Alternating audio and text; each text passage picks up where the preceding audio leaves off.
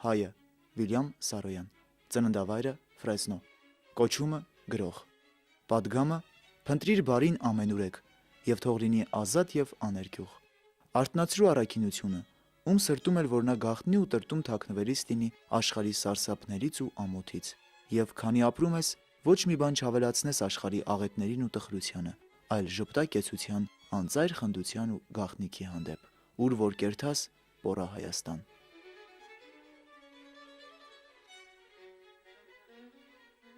Բիթլիսցի Արմենակ եւ Թագուհի Սարոյանների 4-րդ զավակը Վիլյամը ծնվել է 1908 թվականին Կալիֆոռնիայի նահանգի Ֆրեզնո քաղաքում։ Կարևոր չէր, որ նրանք հայրենի հողից հեռու էին ապրում, Հայաստանը նրանց մեջ էր, նրանք Բիթլիսում էին իրենց ազգային ու ընտանեկան ավանդույթներով, նիստուկացով, հիշողություններով։ Երգում էին Բիթլիսի հին երգերը, պատմում Բիթլիսի պատմությունները։ Սարոյանի հիշողություններում իր մանկության ու պատանեկության Ֆրեզնոն մեզ է ներկայանում որպես կիսով չափ հայկական քաղաք։ Բիթլիսի, Վանի, Մշո, Խարբերդի խոսքն ու զրույցն էր ամենուր, փողոցներում, բակերում, սրճարաններում։ Ջարդեն փախած հայեր պստիկ ուրախություններու վրա անանք կխնդային, որ ամբողջ փողոց, ամբողջ թաղ կբռներ։ Տեղացիները կզարմանային, կնեղվեին, մեզի ինչ։ Մենք կխնդայինք, կպորայինք, հայ իր բոլոր դժբախտություններու մեջ կատակ կսիրե, կոմիկը կսիրե, որովհետև լավատես է։ Սարոյանը սովորական հայի ճակատագիր է, արևմտահայի ճակատագիր է։ Բիթլիսի ծնողները Համիդյան ջարդից հետո փախան, գնացին Ամերիկա, Ֆրեզնոյում հիմնավորվեցին, այն հետև Սարոյանի կյանքը Ֆրեզնոյում իսկական ամերիկացի պատանու, ամերիկացի երիտասարդի կյանք է։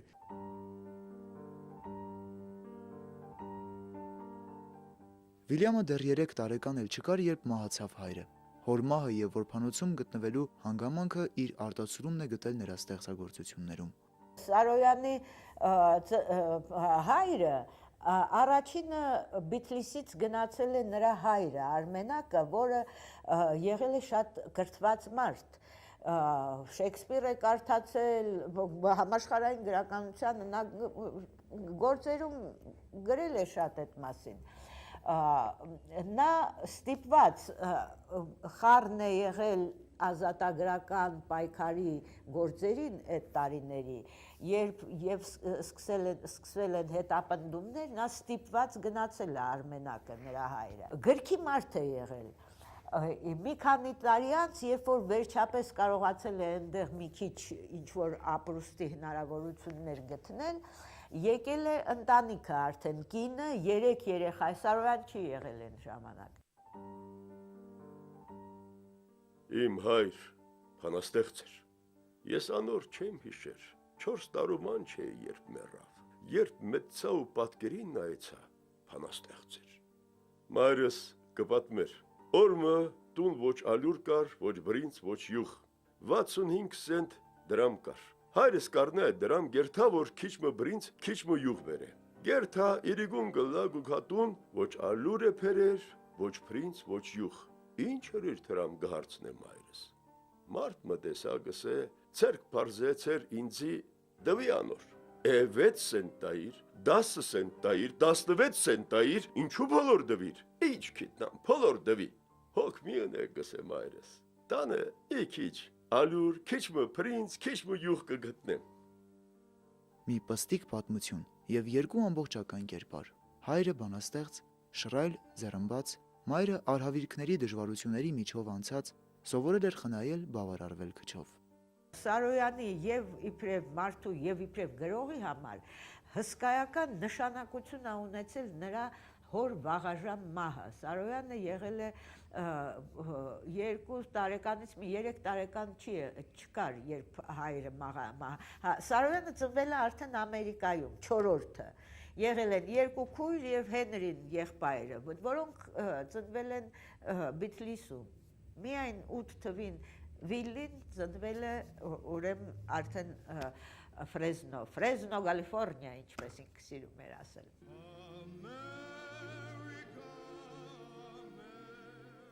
Թեև Սարոյանի մանկությունն ու պատանեկությունը անցան այնպիսի միջավայրում, ուր նա ամեն օր սովորելու բան ուներ, բայց եւ այնպես գրողի հիշողության մեջ անջնջելի էին դժնդակ օրերի տպավորությունները։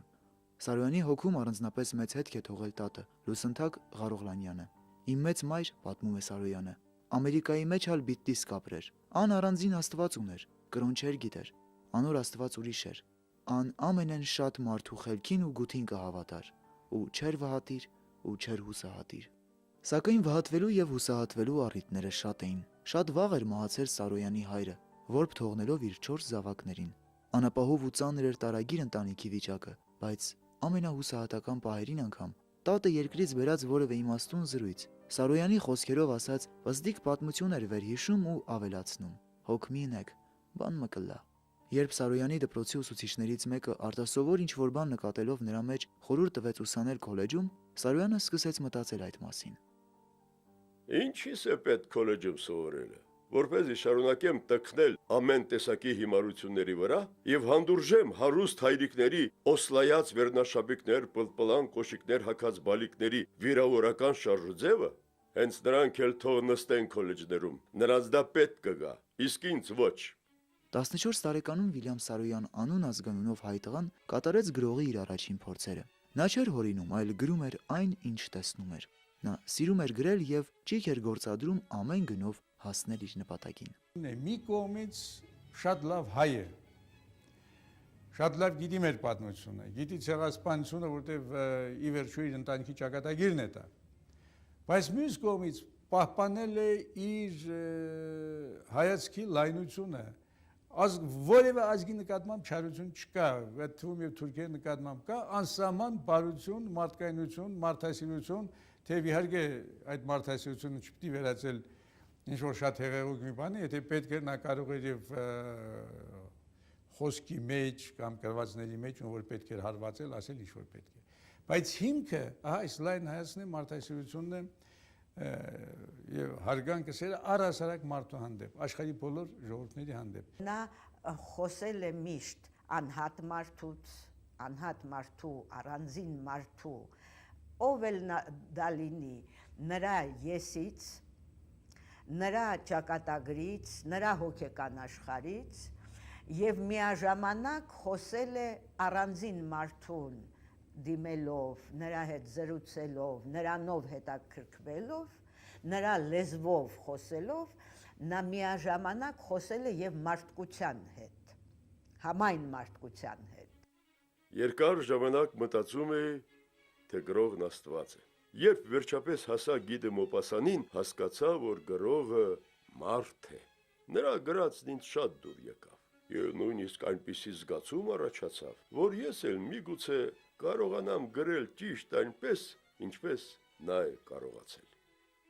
Գրող դառնալու ցանկությունը Վիլյամի մոտ շատ մեծ էր, սակայն նյութական անբարեկեցիկ վիճակում գտնվող Սարոյանների ընտանիքի համար անչափ կարևոր էր տղայի վաստակած թեկուզ չնչին գումարը։ Եղավ ժամանակ, երբ բազմանդամ ընտանիքին կերակրողը միայն փոքրիկ տղան էր, ով լրագրեր վաճառում, իսկ գրքերն ու խաղերը այլևս հեռու էին նրանից։ Ես մորս շատ բանով եմ պարտական։ Չգարցեք, թե միշտ ինձի գսիրեր։ Ոչ, խիստ կին էր եւ ինձի գծեցեր։ Գհիշեմ անգամ ընկերուս հետ գխաղայի կորցը թողած։ Եկավ, կանչեց. «Ինչ կորձ ես, օղուլ, քնա թերթեր ձախե, տուն անոնց մի նայեր, օղուլ, անոնք ունևոր են, մենք չունևոր, կորցիդ քնա»։ Ես մորս պատասխանեցի, որ այսօր չպիտի աշխատեմ, բռնեց ծեծեց։ Ու շունց քյուֆուրով խաղս թողի ու գնացի, մեծացա դեռ գծեցեր։ Անգամ ըսի ալմեց եմ ինձի ծեծել հարմար չէ, քլուխը շոյելով ըսավ, որքան գուզես մեծիր, իմ Վիլյամն ես, պիտի ծեծեմ։ Վիլյամ Սարոյանը մեր ժողովրդի գիտակցության մեջ հոգևոր կյանքում շատ կարևոր տեղ է գրավում։ 20-րդ դարի մանավանդ երկրորդ կեսից հայկական ինքնություն ասածը, իմ այդ արտահայտությունը շատ են սիրում, պատկասնել առանց Սարոյանի անվան, Սարոյանի ժառանգության հնարավոր չէ։ 1926 թվականին Վիլյամ Սարոյանը 18 տարեկան էր։ Մինչ այդ նա հասցրել էր աշխատել փոստատար ու սևագործ բանվոր։ Թողնելով հարազատ Ֆրեզնոն նա մեկնում է Սան Ֆրանցիսկո։ Նորը ճանաչելու, բացահայտելու ձգտումը նրան մի աշխատանքից մյուսն էր տանում, եւ նա դառնում է հեռագրատան ծառայող, սպորտային ապրանքների խանութի վաճառող, պահեստի բանվոր։ Այս ամենի հետ մեկտեղ նա ժամանակ էր գտնում ընթերցելու, ծանոթանում էր տարբեր գրողների ստեղծագործություններին։ Հորս լուսանկարներում ես գրող տեսա, Որոշ ժամանակ անց ես տեսա գիդը Մոպասանի, Չարլզ Դիքենսի եւ Անտոն Չեխովի լուսանկարները եւ ամեն անգամ ուշադրությամբ նայելով նրանց դեմքերին ես զարմանում էի, թե որքան նման են նրանք հորս եւ բոլորը միասին դարձան հայրերս։ 1928 թվականին Վիլյամ Սարոյանը տեղափոխվում է Նյու Յորք, որտեղ 5 ամիս ապրելուց հետո կրկին վերադառնում է Սան Ֆրանցիսկո։ Մի քանի տարի գրական հանդեսները հրաժարվում էին տպագրել նրա պատմվածքները։ Միայն 1933 թվականին Սիրակ Գորյան կեղծանմամբ մի քանի պատմվածք է տպագրում հայրենիք հայկական լրագրում։ Իսկ մեծ ասպարեզ է բացվում նրա առջև, երբ 1934 թվականին տպագրվում է նրա ճոճաձողով սավառնող Խիզախ պատանին պատմվածքը։ Երբ նա իբրև մի հրաշք պատանի եկավ մուտք գործեց 30-ական թվականներին ամերիկյան գրականությունը, իսկ ամերիկյան գրականությունը դա մի լայնարձակ տաղանդներով տարբեր վարակիչ, բորբոք, ուշկու ձայներով հարուստ մի գրականություն էր։ Եվ երիտասարդ Սարոյանը հենց առաջին իր գրքով գրավեց ընթերցողին եւ քննադատությունը։ Սարոյանի բացառիկությունն այն է, որ նա հարազատ մնաց իր միջավայրին ու իր որդեգրած լեզվին։ Նա դարձավ նաև իր հարազատ ժողովրդի ազգային գրողներից մեկը։ Եվ դա ամենից առաջ հենց ինքը Սարոյանն է հասկացել եւ ձևակերպել շատ սեղմ ու դիպուկ, նշելով, որ թեև գրում է անգլերեն եւ ծնունդով ամերիկացի է, բայց իրեն համարում է հայ գրող։ Իսկ ինչ պատճառաբանությամբ, ինչ հիմնավորումով է նա իր գրական գործունեության հենց սկզբում արել շատերի համար անհասկանալի ու վիճելի հայտարարությունը։ Սակայն Սարոյանը հենց ինքն է տալիս այդ հարցի հիմնավոր պատասխանը։ Լեզուն, որով գրում եմ, անգլերենն է, միջավայրը, որ նկարագրում եմ, ամերիկյան է, բայց ոգին, որ ինձ մղում է գրելու, հայկական է։ Ուրեմն ես հայ գրող եմ եւ պատկանում եմ հայ գրողների ընտանիքին։ Հայրենը հայու խորհուրդն է։ Ես հայ եմ եւ դուք գիտեք, թե ինչ դժվարին եւ միանգամայն ինչ հրաշալի է այդ։ Հայ ժողովրդի ազնվությունը, քաջությունը, ուշիմությունը, հեգնանքն ու սրամտությունը, ժառանգությունն են բոլոր ճշմարիտ հայերի։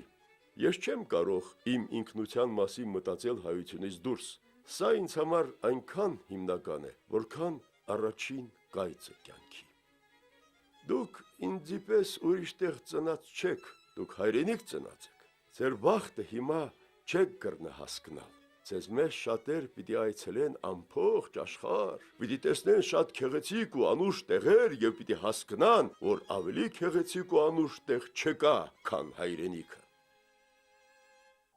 1935 թվականին Վիլյամ Սարոյանը երկարատև ճամփորդության է մեկնում դեպի Եվրոպա, Ռուսաստան, Հայաստան։ Գրողը իր արտաքինի մեջ առանձին իմաստ էր տալիս բեղերին։ Նա առաջին անգամ դեմքի անփոփոխ մաս հանդիսացող բեղերն ածիլել է այն ժամանակ, երբ հարսնացու էր որոնում։ Իսկ մի օր խոստովանել է, որ սարսափելի տեսք ունի առանց բեղերի եւ ավելացրել, թե դա չի նշանակում, որ տեսքը սարսափելի չէ բեղերով։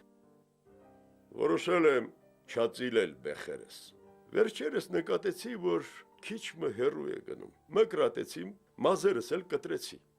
Սրանք զիջումներ են, որ մարդ կատարում է հայոց փառքերի համար։ Հայերն ասում են՝ տարօրինակ ըլլանք, բայց այսչափ տարօրինակ պետք չէ ըլլանք։ Սարոյանն անիմաստ էր համարում քննադատությունը եւ գտնում, որ դա իրեն երբեք չի օգնել, անգամ եթե այն գովեստ էր։ Իսկ մի անգամ քննադատին պատասխանելով ասել է. «Կարծում եք, որ ես իմ մասին եմ գրում։ Ես գրում եմ ձեր բոլորի մասին։ Իմ ընթերցողների մեծ մասը կարդում են իմ գրածները, երբ ուզում են հավատալ իրենց ներքին ճշմարտությանը»։ Սարյանն անշուշտ ամերիկյան գրող է։ Սարյանը նույնիսկ օտարագիր հայ գրող չէ, որովհետև Սարյանի ստեղծագործությունը ձևավորվել է անգլիական գրականության հողի վրա։ Սնունդ իբրև գրական սնունդը ստացել է այնտեղից։ Բայց իբրև հայ մարդ շատ կապված եղել հայկական իրականության հետ, իր հայկական արմատներից շատ է կապված եղել։ Հայաստանում Վիլյամ Սարոյանը հանդիպեց Գուրգեն Մահարուն։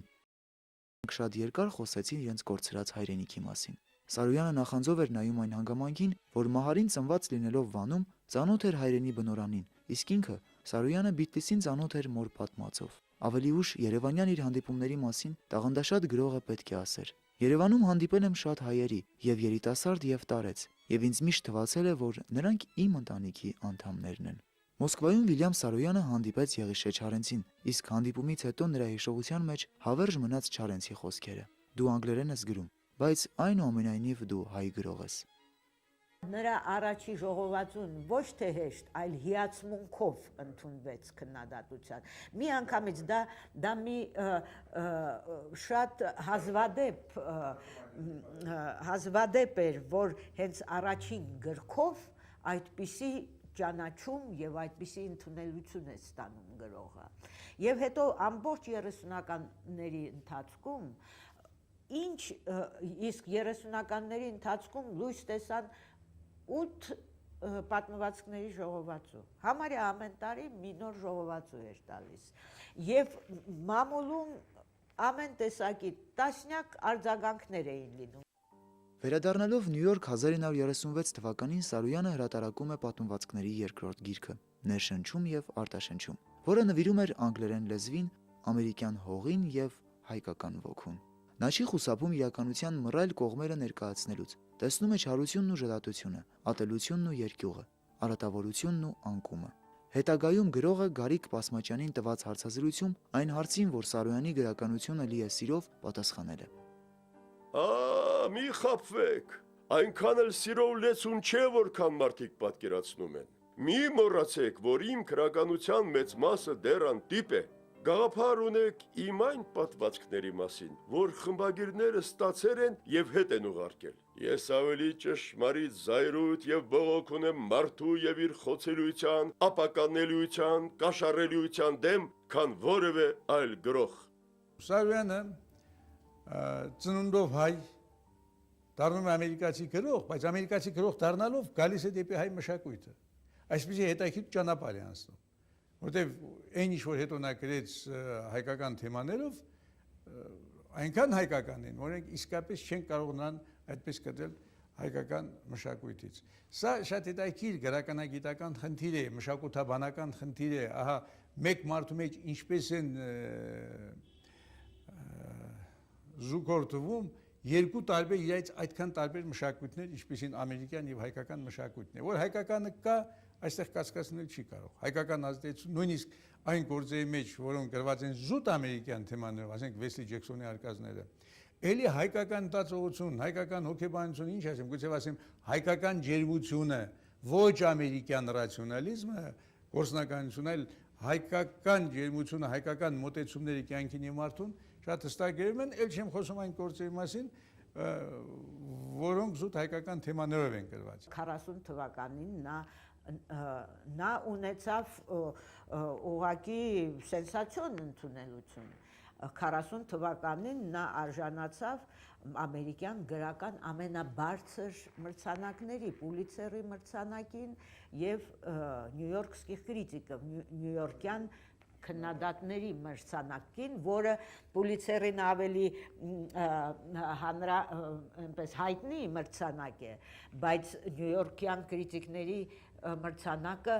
իբրև գրական մրցանակ մի բան էլ ավելի հեղինակավոր է։ Սարոյանի պատմվածքների առաջին ժողովածուն իսկական հայտնություն եղավ ամերիկյան գրականության համար։ Երիտասարդ հեղինակի անունը իսկույն տարածվեց, նրա պատմվածքներն ու պիեսները լայն ճանաչում գտան։ Ամերիկյան գրաքննադատությունը նրան դրեց ժամանակի խոշոր գրողների կողքին։ Իմաստուն, թախծալի ու հեգնական հայ պոեզիայի թանձր բուրմունքով հագեցած սարոյանական ստեղծագործությունը ինչ էր ասում ամերիկացիներին ու աշխարհին։ Այդ հարցի ամենակարճ պատասխանը տալիս է հենց ինքը՝ Վիլյամ Սարոյանը։ Փնտրիր բարին ամենուրեք եւ թող լինի ազատ եւ աներկյուղ։ Արթնացրու առաքինությունը, ում սրտում էլ որ նա գաղտնի ու տրտում թաքնվելիս լինի աշխարհի սարսափներից ու ամոթից։